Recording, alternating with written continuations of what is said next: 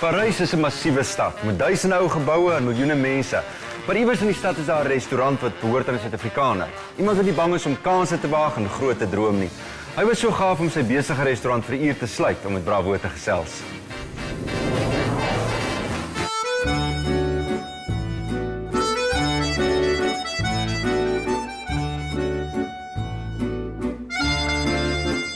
Parys, die koshoofstad van die wêreld. Dis mededingend en as jy nie presteer nie, is jy uit. So 'n Suid-Afrikaanse chef wat Afrikaans sprekend is, tussen al hierdie wonderlike restaurante te ontdek, maak my sommer trots.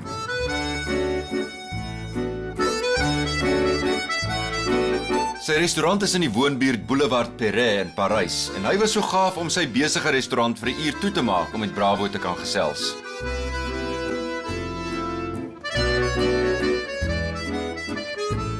Jy kom van Kuilsrivier af, Hoërskool de Kuilen, en nou besit jy 'n restaurant in Parys. Dit voel vir my half onwerklik. Toe ek vir my vrou Marie ontmoet het, ek meen dit was nog altyd 'n droom vir ons gewees om ons eie restaurant te hê. Sy's van Frankryk, van Parys. Ja, Marie is van Parys af. Ons het gekommunikeer in Engels en toe ons besluit het ek kom Parys toe. Conrad is, compared to French guys, is quite similar. Maybe he's nicely built, which is nicer than most French guys that are very skinny. Die eerste jaar, moet ek sê, was moeilik geweest.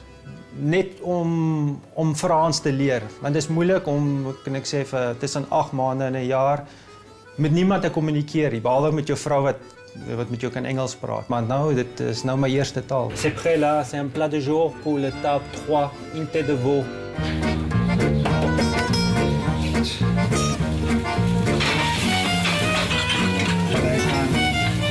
Waar begin 'n mens nou as jy nou 'n restaurant in Parys wil oopmaak? Maar eers jy moet jou bankbestuurder gaan sien. Jy moet 'n restaurant in gedagte hê.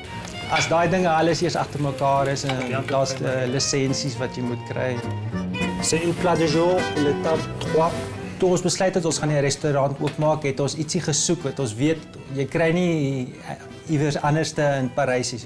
So ons het besluit om sekere Suid-Afrikaanse touches in te sit.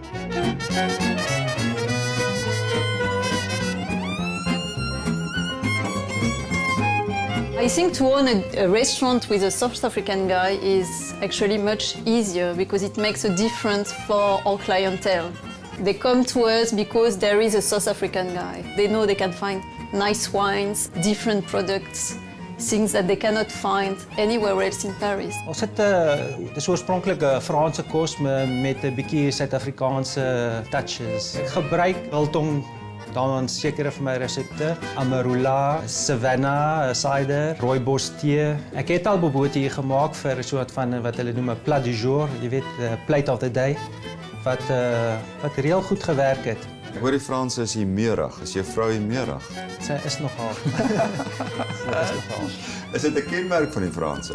Franse is, hoe kan ek nou sê, hulle hou van moan. Is groot moaners. Is dit? Verskriklik. Being married to Conrad is great, except when you watch too much sport, like rugby. En skree jy nou vir die hane of vir die springbok? Nee, ek bly maar nog 'n springbok. Die Franse sou sê is my tweede span. So die eerste ene is maar bly met die Springbokke. Waarna verlang jy die meeste as jy hier so is? Jy's maar die braai, jong.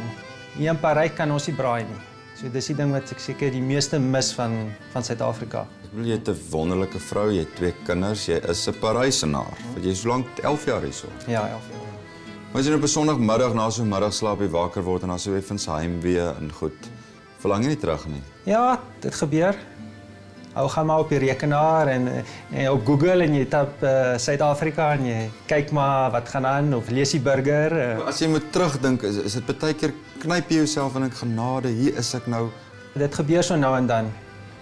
Dat ek sê, yes, wat maak ek hier? Hoe het ek hier uitgekom? Maar dit is alles nie moeite werd. Weet jy of jy dit in Suid-Afrika sou kon gedoen het nie? So, dit is 'n droom vir my om te sê dat ek as chef om my eie restaurant in Parys te hê. So.